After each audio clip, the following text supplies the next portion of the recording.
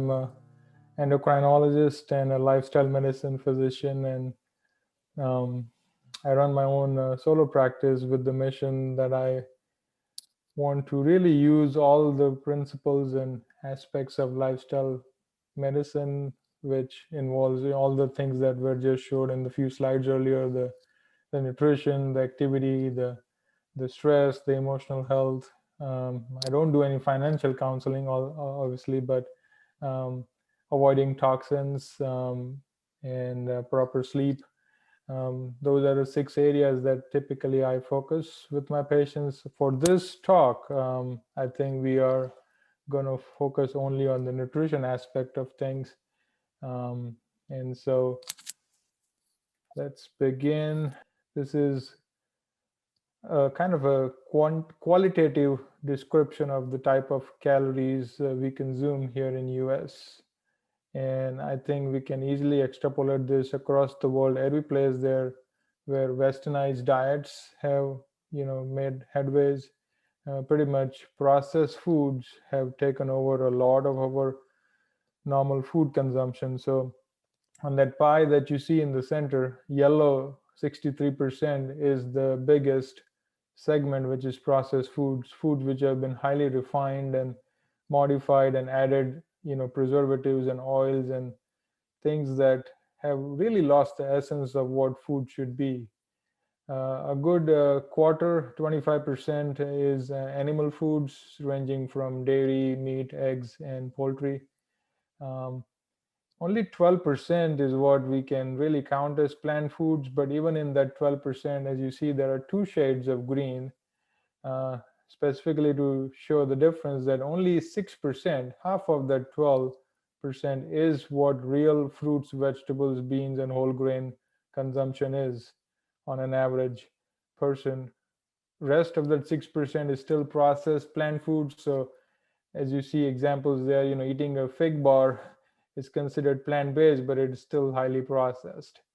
So I think the challenge and the goal for us to be working on a better health journey is to go from that 6 or 10% or wherever we are in eating actual fiber rich whole plant foods to trying to take that above 80-90%.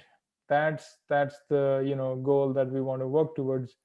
uh, People take things differently. Some people are either all in or all out, and for them it has to be 100% all in whole plant foods. Well, that's what they should do. And I also see a lot of people who like to make incremental changes, because if they try to shock themselves with a lot of changes, then they cannot sustain it. So if that's your personality, then you should go for stepwise changes, but be very specific in what changes you're trying to make. So like the GPS, we have to first feed where we are or where we want to start from before we can put the destination, and then the GPS will give us the route. Same way, we need to first be very honest and find out where we are in terms of our whole plant food consumption, and then you know chart out our journey of, okay, we want to go up by 10% next week, and then another 10% the week after, and so forth. So I'm just picking up numbers here, but you kind of get the sense. What I'm trying to say is you have to decide the pace of your change, but you have to be honest and first find out where you are, so then you can make a proper route of progress on where you need to go. So while we talked about where we want to go in terms of eating, there are a few things we want to definitely leave on the way, kind of a excess baggage, so to speak, that we want to get rid of. And this acronym that you see here on the slide, crap, it literally crap. We need to get rid of the crap in our eating patterns. So C stands for carbonated drinks. And I commonly get the argument, "Oh, doc, I don't drink any regular soda. I just have diet soda." Well, um, I never much believed in the diet, uh, you know, aspect of things, but there was data piling up, and now we have more and more data. So now it has become mainstream knowledge, at least in the medical community, that carbonated drinks, even if they're dyed with artificial sweeteners, are actually worse than regular soda. Not that I'm saying regular soda is any better, but those artificial sweeteners can actually increase your risk of getting migraines. It can still affect your liver. I've had patients with diabetes who, just by stopping their diets, 1 or 2 cans of diet soda a day, can drop their A1C by 1 to 2 points without any food changes. It also clogs up your liver. It also affects your microbiome, the bacteria that we carry in our gut, which we are more bacterial microbial than human if you look at number of cells. And it really ravages the good bacteria and replaces it with the bad one. And so that's definitely something you want to start if that's part of your routine. Next is refined sugars. As you see, things which are totally processed into simple sugars. So when you have them, you get a very spike of blood sugars, and your body has to pump a lot more insulin to try to control that spike, and it's kind of an up and down battle. And You tend to put on more weight and more fat buildup in the liver, which keeps worsening a process called insulin resistance. Insulin resistance, kind of a big word, but I think it's become quite common knowledge. Basically, what it means is your body is not processing the insulin that is producing. So there is resistance to the effect of insulin. A, as you see, stands for foods which have, may look like food, but are really loaded with lots of preservatives and colors and dyes and things and they're devoid of a very key ingredient for our food, which is fiber. Because, if you have a food that contains fiber, it is going to have a limited shelf life. But if you want to turn something that has a longer shelf life, then you need to have something that doesn't have fiber. And so as you take the fiber out and you have to modify the things, you have to add a lot of other chemical junk, and which again hurts your body. And lastly, processed food. So example being, as you see there, the French fries. Now, eating a baked or boiled sweet potato, or for that matter even a white potato, is 100 times better than having French fries, because when you process it and you fry it, you add a lot more free radicals and oil and all that stuff, which is going to make it a very deadly combination to cause more damage and inflammation in the body. So really, recognizing the crap that we have in our eating patterns, and steadily but effectively getting rid of them. So a very important concept. uh, we calorie, there's this calorie pandemonium going on across the world, where people are so super focused on calories that, one, it causes a lot of stress for them to keep counting calories, which also works against their efforts to lose weight. And if you don't really focus on the quality of the calorie, just counting calories will not get you sustained results. You may get results short term, because if you cut down on calories heavily, you will get results. But to sustain that for a long term, to feel satisfied and not deprived and feel energetic, you need to focus on the quality of the calorie. Quality over quantity anytime. So what you see here on the slide is 5 different stomachs. Each has 500 calories worth of food. Each has different type of foods. So you can see on the right side of the panel there, fruits and vegetables fills up the whole stomach for 500 calories. Rice, potato, beans will almost 80-85% fill up your stomach for 500 calories. But as you go down the animal spectrum of foods, any type of meat, doesn't matter white or red, again it's a whole big topic, but there is not much difference between white and red. It's all marketing to say one is lean versus other is not. They are actually equal in amounts of cholesterol and fat. But the point being that there is zero fiber, so only 40% volume expansion.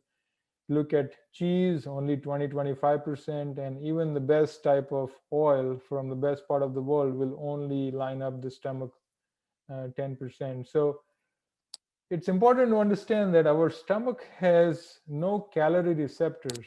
Our stomach has mechanical volume receptors.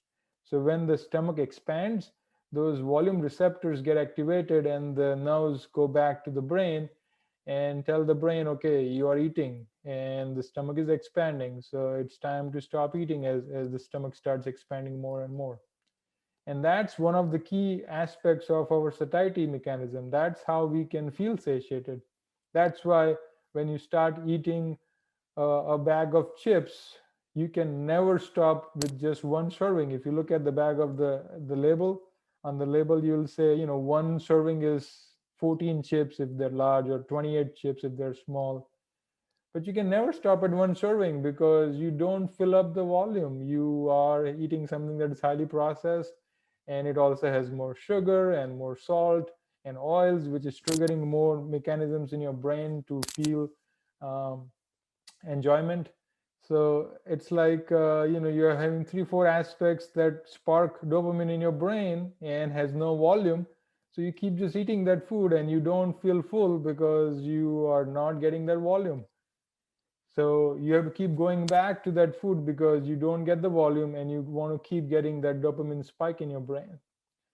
So fiber is the key ingredient of our foods. And one thing, if I can drill down, actually I'll summarize three at the end, but one of those three is that you need to make sure that the foods you eat are loaded with fiber, not the fiber that you get in a bag and you put it on your food, but the fiber that naturally comes in those foods, because each of that fiber provides food for a good bacteria in your gut. So the more variety of the fiber, the more varied your microbiome, the better your brain health, the better your body health, lower inflammation, lower risk of diabetes, heart disease, strokes, cancers, the list is long. So fiber is the key. And which brings us to the next slide. Very busy slide, but I'll break it down so it's not as difficult actually. This is the left aspect of the slide is actually the ideal plate that the American College of Lifestyle Medicine has recommended, which I'm a diplomat of. And as you can see, it's really focusing on what food groups we need to eat. So just eating processed plant foods that may say vegan or plant-based is not healthy.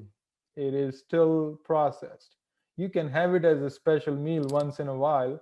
That's a different story. But to say it's you're eating vegan hot dog and vegan this and vegan that, highly processed throughout the day, you will not get the results, and then you will say this doesn't work. But actually, you're missing out the key ingredient, which is fiber and the phytonutrients. So as you see on that plate, half of that plate should come, this is for the whole day, half of your daily meal should be coming from variety of fruits and vegetables.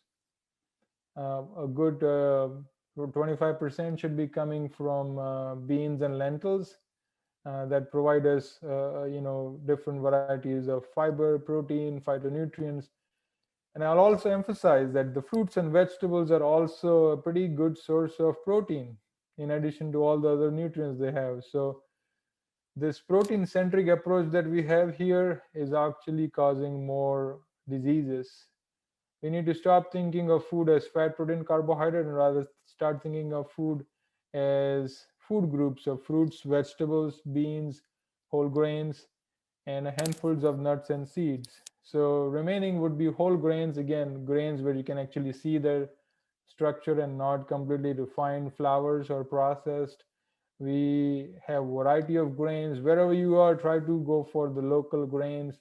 Um, in US we have different varieties of whole wheat, bulgur wheat, quinoa, oats, brown rice. We can also get millets, which are very common in India. Um, there are 5 6 different types of millets, which are all very effective in helping improve our health.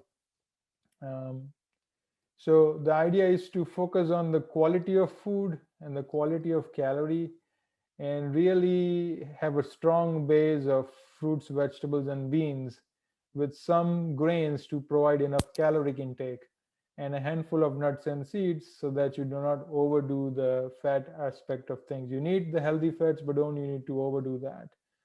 And quickly on the right side of the screen, as you see, is a very colorful rainbow slide. which shows that anywhere from 69 to 83% of times we do not eat enough colors in our weekly meals. We don't need all the colors in a single day, but we do want to focus and make sure we're getting every week, we're getting some green, some red, some purple, some orange, some white, some yellow. So we get different phytonutrients, which each provides different benefit for our heart, for our brain, for anti-cancer protection, for our sugar numbers. So it each has a different purpose. So making sure we're getting a variety of colors through the week, and we have variety of colors through the season. So when you eat according to the season, you also get the right type of food, fruits, vegetables to consume. So that's kind of a busy slide, but I think it really, should be quite.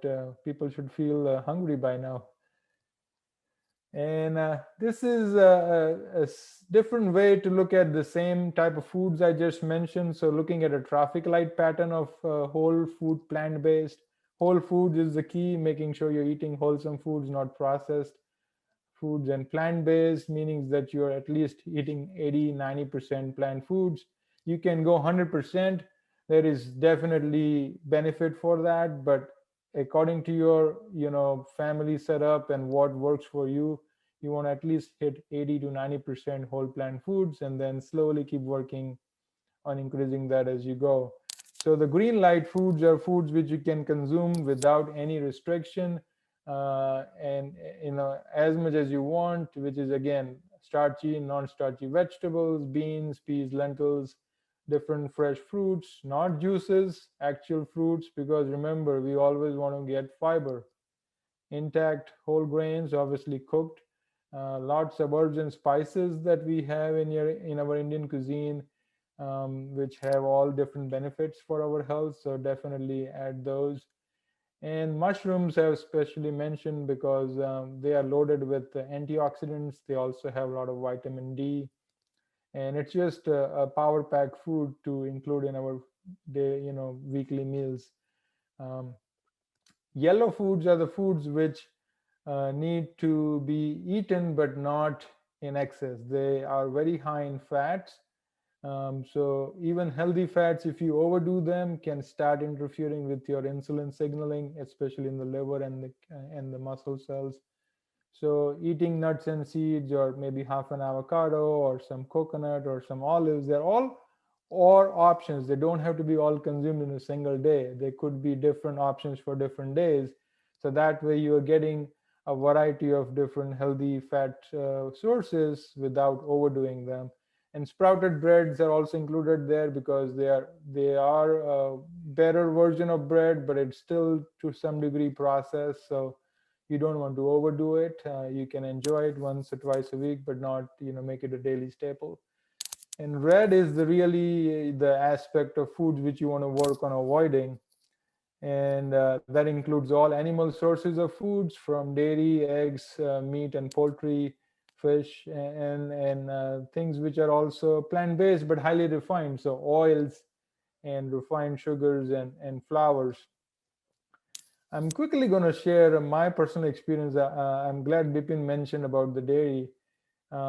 I was someone who consumed a lot of. I grew up eating lacto-vegetarian, but I consumed a lot of milk, 3 glasses of milk and a pound of yogurt every day, and I've done that for almost 3 decades.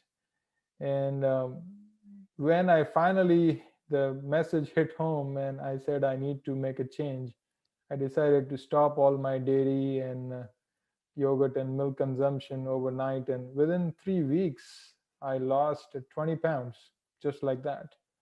Majority of that coming off from my belly, and I felt a lot better. And then so I said, okay, let me check it the other way. I started having a small cup of plain Greek yogurt again for lunch for a week, and I gained back 5 pounds. And then I stopped again, and it came off again. So, and again, there's more aspects to that, but just quickly, I wanted to share that so people realize that dairy of any form coming from animal source of dairy is actually a certain aspect of breast milk. We don't, breastfeed after we are 1 or maybe 2 years of age max. then why are we still breastfeeding from other species mammalian milks?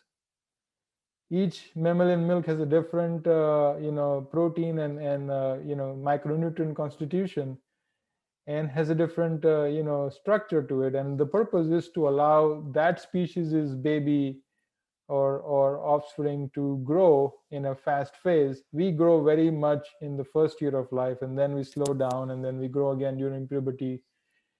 So the purpose of breast milk is only for giving us that growth spurt, and once we are done with that, we don't need any other breast milk. So we don't need the extra hormone, we don't need the extra animal proteins and the pesticides and hormones and things we get there. So quickly talking about, we talked about the quality of the calorie, always focusing more on the quality, focusing on the fiber rather than the quantity of the calorie. But the third aspect of that is, when is the time of consumption of that calorie? And as I tell my patients and friends and family, always follow the sun. As the sun comes up, which is ultimately the source of energy for the planet in all forms, you start eating. As it reaches the middle of the day, at the zenith, you eat the most, and as it starts going down, you stop eating. Now, people may have a busy schedule, but they may not be able to eat a bigger meal at lunchtime.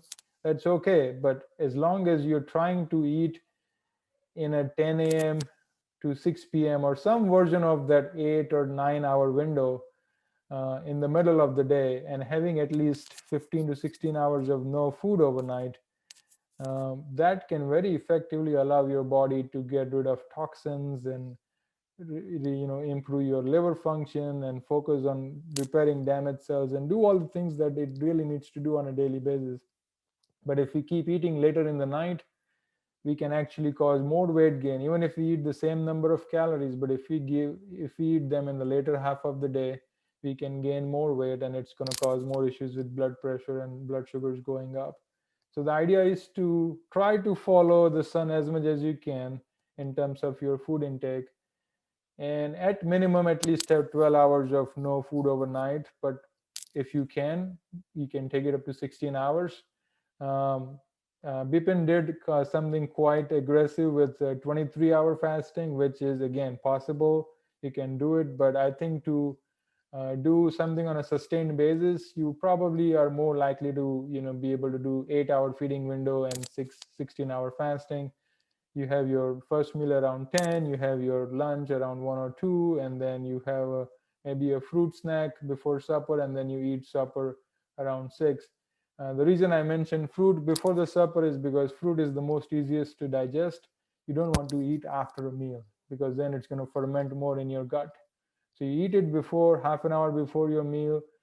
It does two things. One, it digests by itself easily and it's not running behind. Secondly, it kind of tempers your appetite at dinner time so that you're not voracious and you end up overeating, because practically we may have a long day and we may be stressed, and sometimes we do use food as our outlet for that stress. And so if you have that fruit intake, a bowl of fresh fruit before dinner, you will actually avoid overeating at dinner time and still be quite content. So, if I can summarize the three things to take home: number one, focus on the quality of the calorie and making sure that you are eating foods that are rich in fiber, not artificial fiber supplements, but actual fiber. And having the more variety of fiber, the better it is. Second, um, having some aspect of fasting so that you're focusing on the right time to eat and having time for the body to rest and recuperate and focus on cleansing of the body. And thirdly, focus on the um, fiber and the quality.